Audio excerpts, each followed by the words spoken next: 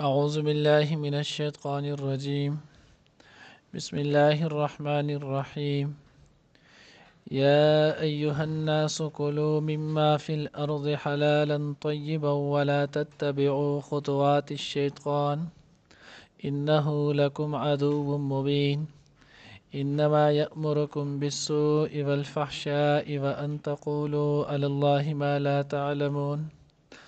وإذا قيل لهم اتبعوا ما أنزل الله قالوا بل نتبع ما ألفينا عليه آباءنا ولو كان آباؤهم لا يعقلون شيئا ولا يهتدون. نئے درس کی بھائی انشاءاللہ العزیز سورة بقرہ پارہ نمبر 2 آیات نمبر 168 169 او 170 درې آیاتونه چې دی نو هغه ویلی کېږي او دې سره چې دی نو رکوع نمبر 21 آغاز چې دی نو هغه به مو وشو. اوس دلته الله جل جلاله فرمایي یا ایها الناس ای خلکو کلو تاسو خورئ مما فی الارض هغه چې په ځمکه کې دی حلالا حلال طیبا طیب پاکو ولا تتبعوا خطوات الشیطان او پیروي مه کوئ ورپسې کېږئ مه د قدمونو د شیطان. اوس دی چې نو هغه به انشاءالله مخکې تفصیل صورت انعام کې راځي چې یو مکې مشرکانو به چې نو بعضې ساوري د هغوی د خپل طرف نه حرام کړي ول چې داسې د دې ساورو خوراک چې نو هغه جایز نه دی دا ناجایز او حرام دی د هغې سورلي چې نو هغه به یې نه کوله. نو الله جل جلاله دا آیات راولېږلو چې په ځمکه کې کم شیزونه حلال دي نو دا تاسو خورئ حلال او پاکیزه. نو ځکه الله وایي یا ایها الناس ای خلکو کلو خورئ مما هغه څه فی الارض چې په ځمکه کې دی حلالا طیبه حلال او طیب پاکیزه. اوس د حلال او طیب دا خود ماړه پاک ته حلال ته ویلی کېږي نو وی د دې چې نو هغه مفهوم دا دی چې حلال خورئ. حلال مقصد چې نو هغه دا دی چې کم شیزونه الله جل جلاله د هغې د خوراک اجازت ورکړی چې دا حلال او پاک دي نو دغه حلال خورئ. پاکیزه مقصد دا دی چې دا شیز وي حلال هم او ستا خپل ملکیت وي یا تا له چې دی نو هغه چا هدیتن تحفتن ډالتن چې نو هغې تاله راوړي په زړه په خوشحالۍ سره. لکه مثلا اوس چې نو هغه یو سړی چې نو هغه میې خوري نو میې حلال دی خو که چېرته اوس دی دا چې نو هغه د دکاندار نه راپټ کړي او خوري نو ناجایز دی. غنم اوړه چې نو هغه دا حلال دی خو که دی اوس د دکان نه چې نو بورۍ پټه کړي او کور ته یې ویسي او خوري نو صحیح ده. غنم چې نو هغه دغه اوړه حلال دی خو اوس دا پاکیزه طیب نه دی ځکه دا د غیر چې دی نو هغه ملکیت دی نو دا ناجایز او حرام دی. د خپل اصل په اعتبار سره خو حلال دی خو د غیر د ملک د غیر د تعلق د وجې نه چې دی نو هغه سری حرام دی. نو ځکه الله وی حلالا طیبه حلال او طیب پاک شیز خورئ. نو د حلال مقصد چې دی نو هغه دا شو چې کم الله پاک شیزونه حلال پیدا کړي. طیب معنی چې دی نو هغه دا شو چې کم د ملکیت وي. بالفاظ دیگر حلال نه مراد چې دی نو هغه دی چې کم د الله د طرفه چې دی نو هغه دته اجازت وي. طیب نه مراد چې دی نو هغه دی چې کم د مخلوق د طرفه دته اجازت وي. لکه مثلا اوس یو سړی چې دی نو هغه بل کس ته لګیا دی او دی په هغه باندې په زور چې دی نو هغه پروګرام وکړي اوس د زړه نه چې دی نو هغه دا شیز نه دی دا کار او ده پې وکړلو اوس چې کله د زړه نه دی او ده پې په زور وکړو نو په دې صورت کې اوس دا چې دی نو حلال خو دی چې کم شی راوړو دا حلال دی خو طیب چې دی نو هغه نه دی. طیب د پاره چې دی نو د زړه خوشحالي د زړه رضامندي چې دی نو دا شرط ده ځکه د الله پیغمبر فرمان مبارک دی لا یحل مال امرئ الا بطیب نفسه. د مسلمان مال چې دی نو هغې پورې د هغې خوړل جایز نه دی سوچ د هغه تعالی دا د زړه په خوشحالۍ چې دی نو هغه نه یې درکړی. نو ځکه الله وی چې خورئ تاسو حلال طیب پاکیزه. ولا تتبعوا خطوات الشیطان او تابعداري مه کوئ د قدمونو د شیطان انه لکم عدو مبین یقینا دا دشمن شیطان ستاسو کولا واضح چې دی نو هغه دشمن دی ستاسو پلار نه کده وخت رچنه نو د ستاسو سره په دشمنی باندې دی نو د ستاسو واضح کار چې نو هغه دشمن دی او د په خپل دشمنی باندې چې نو هغه ونیسي واقع چې نو هغه تفسیر کې لیکلی ده وی په خاص نو هغه یو نیک سړی آسې دې پورې لیکل نه چې د شیطان څومره چې دی نو هغه د بني آدم دشمن دی د به الله چې نو هغه د دې دشمني دا چې نو هغه ګویا د ابتدا د هغې ازل نه را روان ده د د دشمني چې نو هغه د بني آدم سره نه ختمیږي نو یو بزرګ چې نو هغه ولو د هغه ستړی شولو نو رالو د یو دیوال سوري ته چې نو هغه کېناستو نو چې کله کېناستو نو ستړی و ډېر نو د ستړي د وجې نه والا خوب ورالو اوده شو سترګې پټې شولې اوده شولو اوس چې کله هغه اوده شو نو په دې کې نو هغه یو کس رالو نو دې چې د خپې ولا وړله چې پاسه لګه هغه پاسېدلو ولې وی پاسه دې ځین لرې کېږي دا دیوال لارتاویږي چې پاسېدو د هغه لږ اخوا لاړو دیوال رارتاو شو اوس چې کله دیوال رارتاو شولو نو دی ورته یار دا خو ته به ما ډېر لوی احسان وکړلو زه چې نو هغه که دغه ځای اوده دا دیوال په ما راغلی نو مړ شوی به هم نقصان به مې شو لاس پې سر به مې مات شو مړ شوی به هم نو یې تا چې نو ډېر خدا راته ووایه ته یې څوک دومره ښځې زما سره وکړل هغې تو څه کې خو ما نه سره ښه وکړل بس زه وی نه ما ته به وی هغه ورته صحیح ده زه ویم نه ده وی زه چې نو شیطان لعین یم سړی ورته بزرګریان شو ته څنګه شیطان لعین یې تا خو زما سره دومره لوی احسان وکړو وی نه ما سره احسان نه دی کړی اوس وی نه تاسو څنګه داسې راپاتې سولم نه ما د دې دپاره راپاڅولی که اوس چېرته دا دیوال په تا راغلی او ته مړ شوی وې نو ته به شهید شوی وې نو ستا مقام او درجه به نوره اوچته شوي وه ځکه شهید چې دی نو هغه یوه ده چې د الله پاک په لار کې د الهی کلمت الله دپاره جهاد چې دی نو هغه کوي برسر پیکار چې دی نو هغه د مشرکانو کافرو خلاف لګي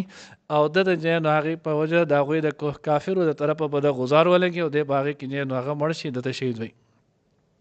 او دویم د الله پیغمبر چې نو د شهید نور اقسام خولي نو په هغې کې دا ویلي چې کم سړی په حادثه کې دریاب کې په اور باندې په دې شوزونو باندې چې نو هغه حادثاتو کې نو هغه لاړو نو دا سړی هم شهید دی نو شیطان چې نو هغه ورته نو ما زه ستا دشمن یم ما چېرته چې نو دا ګواره کوله چې تا ته د هغه مقام هم بیلاو شي نو ما د دې دپاره پسونې نو بهرحال نو الله وایي انه لکم عدو مبین دا ستاسو واضح ښکاره چې نو هغه دشمن دی تاسو د هغه په خپلې دشمنۍ سره ونیسئ انما یأمرکم بالسوء والفحشاء دا شیطان چې نو حکم کوي تاسو ته بالسوء د بدکارۍ والفحشاء او د بې حیایۍ وزل چې نو هغه سوء او فحشا دې دواړو کې چې نو هغه لږ فرق دی وایي سوء هغې ګناه ته ویلی کېږي چې کم ګناه د ژبې سره تعلق ساتي سوء هغې ګناه ته ویلی کېږي چې کم ګناه د ژبې سره تعلق ساتي لکه مثال په طور بدې ردې ویل غیبت کول چغلخوري کول په چا بهتان لګول نو دې ته ویلی کېږي سوء فحشا دا چې نو هغې ګناه ته ویلی کېږي چې کم د عمل سره عمل جوارح سره چې دی نو هغه تعلق ساتي په لاس وغیره باندې په خپو باندې په سترګو باندې په غوږونو باندې په دې چې کم ګناه کېږي نو دې ته فحشا ویلی کېږي او بعضې حضراتو ذکر کړي چې سوء هغې ګناه ته ویلی کېږي چې کم ګناه پټ کېږي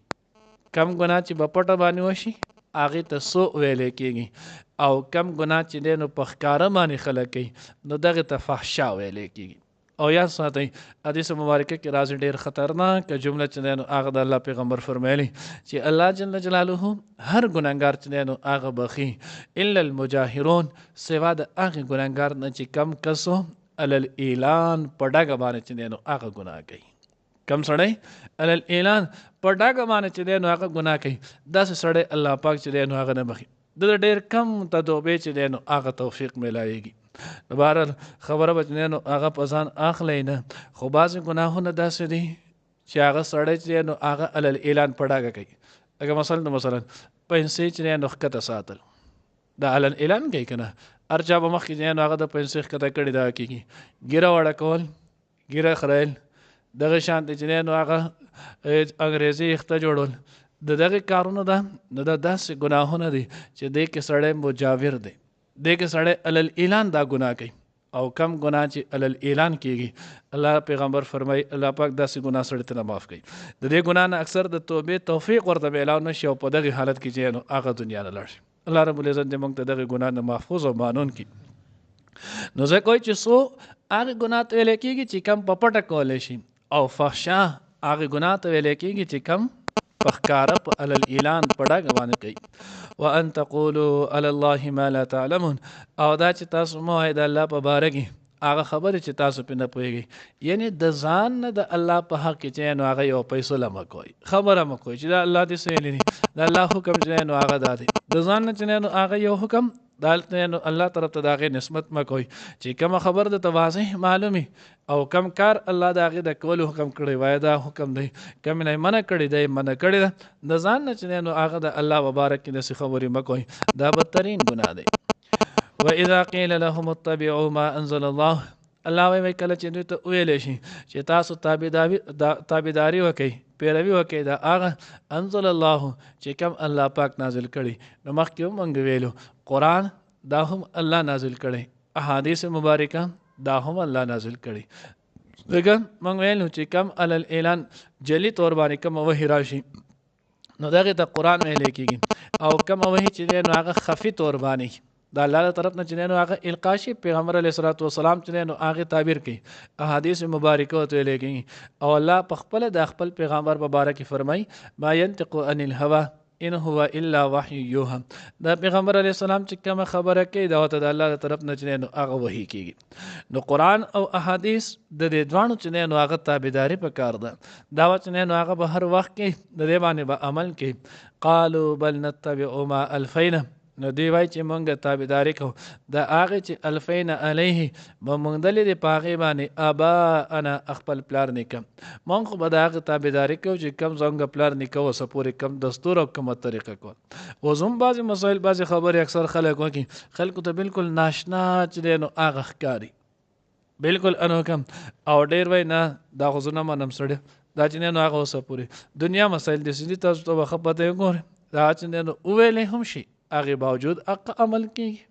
نو دا چې نو هغه د مکې د مشرکانو هغه جهالت چې نو هغه خبره ده بل نتبع ما الفینا علیه آباءنا موږ به تابعداري کوو د هغې چې په کومه باندې موږ خپل پلار نیکه موندلی دي الله وایي داسې خوی نه دا نه د انسانیت خوی دی او نه د مسلمانیت خوی دی انسانیت او مسلمانیت دې ته ویل کېږي چې کله یو سړی ته یو مسله یو حکم یا الله د الله د پیغمبر یو طریقه دا ورته نه معلوم خو نه معلوم خو چې کله معلومه شي نو دی بیا د دې تابعداري کوي دا دی په خپل ژوند کې چې نو هغه بیا راولي الله وی اولو کان آباؤهم آیا اگر که د دې چې نو پلار نکاح لا یعقلون شیئا ولا یهتدون نه چې نو هغه په څه شي پوهېدل او نه چې نو په سمه لار ول تو به بیا هم د پلار د نیکه د خبرې تابعداري کوي الله وی داسې تابعداري کول دا خو جهالت دی د پلار نیکه په هغه خبره کې تابعداري کوي چې کومه خبره د پلار نیکه دا د قرآن او د احادیث د شریعت چې دی نو هغه موافقي کم کار چې د هغوی د شریعت موافق نه نو دغه به د هغې کې تابعداري نه کوي امام مسلم رحمت الله علیه هم ذکر کړي او دغه شانتې دی نو تقریبا اکثر احادیث او صحیح سته چې نو حدیث مبارکه ذکر کړی د حضور علیه السلام لا طاعة لمخلوق فی معصیة الخالق د مخلوق اطاعت د مخلوق تابعداري و پچنه نو د الله په نافرمانی کې نه کوي چې مخلوق راضي کې مخلوق خوشاله کې او الله سره چې نو هغه ناراضه کې داسې بنه کې نو ځکه الله پاک وایي اگر که د دې پلار نیکه لا یعقلون شیئا ولا یهتدون نه چې نو په څه شي باندې پوهېدل او نه چې نو په سمه لار و نه سمه لار موندلې وه نو بیا به هم تابعداري کوي داسې صورت کې بیا د هغوی تابعداري چې نو هغه نشته الله دې موږ ته صحیح پوهه د خپل کلام نصیب کړي یا ایها الناس ای خلقو کلو خورئ مما اغص فی الارض چې پس مکه کې دی حلال طیبا پاکو ولا تتبعوا او پیروي مکوئ تابعداري مکوئ خطوات الشیطان د قدمونو د شیطان انه بشک هغه یعنی شیطان لکم ستاسو د پاره عدو دشمن دی مبین ښکاره انما یأمرکم بشک هغه حکم کوي تاسو ته بالسوء د بدی والفحشاء او د بے حیائی وان تقولوا او دا چې وایي تاسو یعنی د ځان نه دا خبره وایي علی الله په الله باندې ما هغه څه لا تعلمون چې تاسو پرې نه پوهیږئ واذا قیل لهم او هر کله چې وویل شي هغوی ته اتبعوا چې پیروي وکړئ تابعداري وکړئ ما د هغه څه انزل الله چې نازل کړی دی الله قالو نو ویل به هغوی بل نتبعو بلکې مونږ خو پیروي کوو تابعداري کوو ما د هغه څه الفینه چې موندلې دی مونږه علیه په هغې باندې آباءنا خپل پلار نیکه اولو کان آباؤهم آیا اگر کوي پلار نیکه د هغوی لا یعقلون چې نه به پوهېدل شیئا په څه څیز ولا یهتدون او نه په سمه لار و